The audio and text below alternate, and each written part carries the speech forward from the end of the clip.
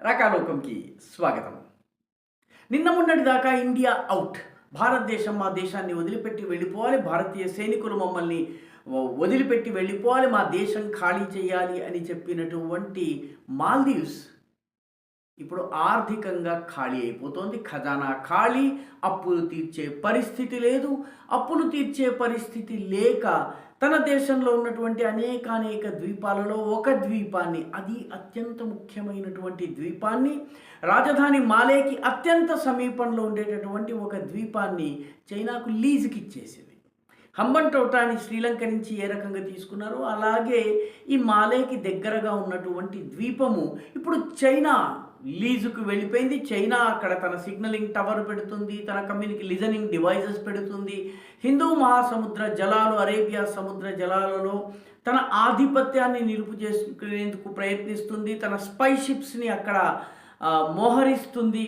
ఇటు భారతదేశం నుంచి అటు గల్ఫ్ ఆఫ్ ఆడెన్ దాకా ఉన్నటువంటి మొత్తము సువిశాల భూభాగంలో తన ఆధిపత్యాన్ని ఏర్పాటు చేసుకునే ప్రయత్నం చేస్తుంది. మాల్దీవ్స్ ఏమీ చేయలేని పరిస్థితికి వచ్చింది. ఒక్కసారిగా మాల్దీవ్స్ పరిస్థితి ఇంత దయనీయంగా ఎందుకు వచ్చింది?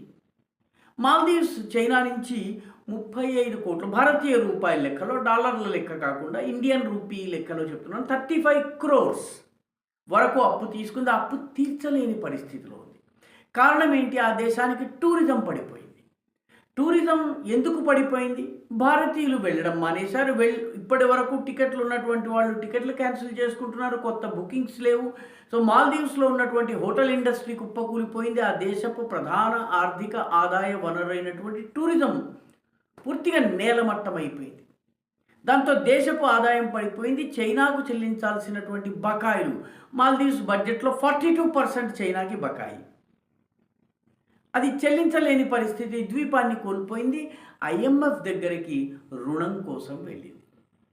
దేశం దివాలా తీసే పరిస్థితి ఉంది కాబట్టి మాకు రుణం ఇవ్వండి, మా ఐఎంఎఫ్కి చెల్లించాల్సినటువంటి చెల్లింపులు ఏవైతే ఉన్నాయో చెల్లించలేని పరిస్థితిలో ఉన్నాము, డిఫాల్టర్ కాకుండా ఉండాలన్నట్లయితే మీరు దయచేసి మరికొంత లోన్ ఇవ్వండి అని చెప్పి ఐఎంఎఫ్ దగ్గరికి వెళ్ళింది. ఐఎంఎఫ్ ఇప్పటికే మాల్దీవ్స్ పూర్తిగా దివాలా తీసేటటువంటి పరిస్థితిలోకి వచ్చిందని చెప్పి ఒక హెచ్చరికను జారీ చేసింది.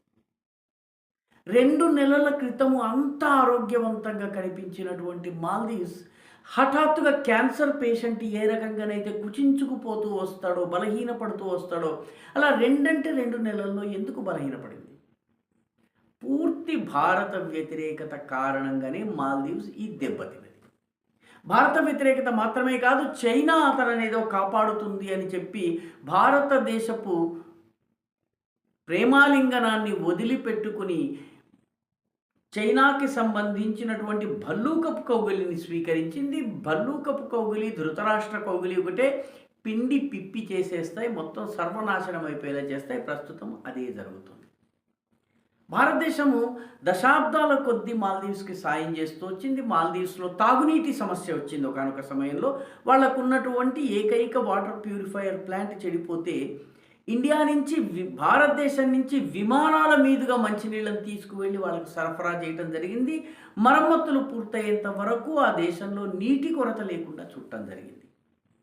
ఈరోజు కూడా మాల్దీవ్స్లో ఉన్నటువంటి వివిధ చిన్న ద్వీపాలలో ఉన్న ప్రజానికానికి అనారోగ్యం వస్తే వాళ్లను భారతదేశానికి చెందినటువంటి విమానాలలో, హెలికాప్టర్లలో వాళ్ళని హెడ్ క్వార్టర్లో ఉన్న మాలేలో ఉన్నటువంటి ఆసుపత్రికి తక్షణమే తీసుకుని రావడం జరుగుతుంది. ఇండియన్స్ అవుట్ అన్న తర్వాత ఇండియన్ విమానాలు వెళ్ళిపోతాయి, ఇండియన్ విమానాలు నడిపించే మనుషులు కూడా వెళ్ళిపోతారు. అసలు నిజానికి మాల్దీవ్స్లో ఈరోజు ఉన్నటువంటి మొత్తం ఇండియన్ సిబ్బంది ఎంత? 58 మంది. వీళ్ళను రమ్మన్నది ఎవరు? మాల్దీవ్స్ ప్రభుత్వం రమ్మన్నది. మాల్దీవ్స్ ప్రభుత్వము పిలుపు మేరకు వచ్చినటువంటి వాళ్లను ఈనాడు వెళ్ళిపోమంటున్నారు. వెళ్ళిపోవడం వల్ల ఎవరికి నష్టం జరుగుతుంది? మాల్దీవ్స్కి నష్టం జరుగుతోంది. ఇటు భారతీయ టూరిస్టులు వెళ్ళడం పూర్తిగా ఆగేటప్పటికీ, రష్యా నుంచి కూడాను టూరిస్టులు తగ్గిపోయేటప్పటికీ 3వ స్థానంలో ఉన్న చైనా నుంచి ఇంత దూరం ప్రయాణించి టూరిస్టులు రావడం తక్కువ కాబట్టి మాల్దీవ్స్ తీవ్రమైనటువంటి సంక్షోభంలో పడింది. ఈ నేడో రేపో మాల్దీవ్స్ దివాలా తీసే పరిస్థితి ఉంది అని చెప్పి ఐఎంఎఫ్ హెచ్చరిస్తోంది.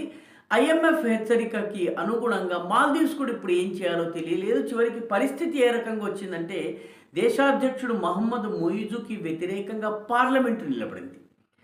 ప్రజాప్రతినిధులు నిలబడ్డారు.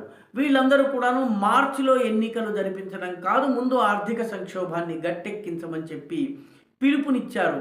కాబట్టి మార్చిలో ఎన్నికలు జరగకపోయినట్లయితే మొయిజు దేశాధ్యక్షుడుగా ఉంటాడు, కానీ మెజారిటీ ఆయన వైపు లేదు. చట్టసభలో మెజారిటీ ఆయన ప్రత్యర్థులకు ఉంది. ఆ దేశము అధ్యక్ష తరహా ఎన్నికలు కాబట్టి అధ్యక్షుడు ఎంపిక అయ్యాడు, కానీ పార్లమెంట్ వాళ్ళకి సంబంధించిన చట్టసభల్లో ఇప్పటికీ కూడా విపక్షాల మెజారిటీ ఉంది. దీంతో దేశము ముందుకి వెళ్ళలేక వెనక్కి వెళ్ళలేక ఉన్న చోటే ఉండి కదంతాలు చేస్తూ పూర్తి పతనం వైపు ప్రయాణం చేస్తున్నది.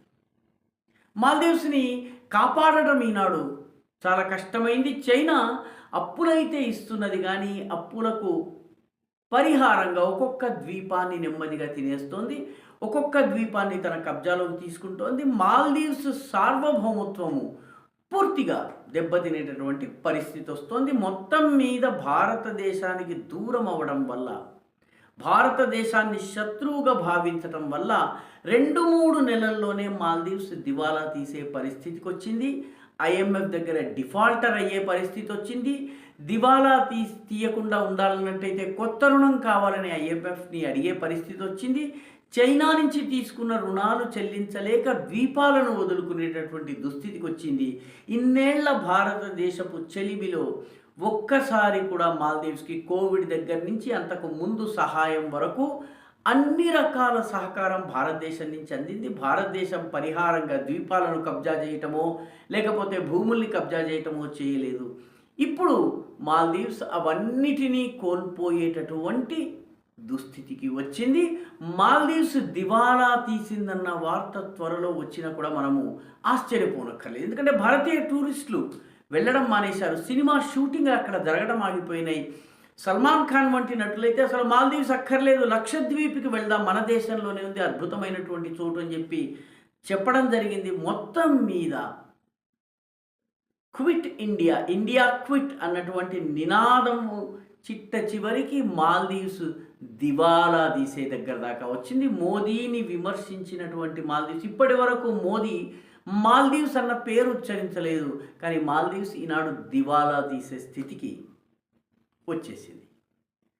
రానున్న రోజుల్లో మాల్దీవ్స్ భవిష్యత్ ఏమిటన్నది ఒక పెద్ద ప్రశ్నగా మారిపోయింది.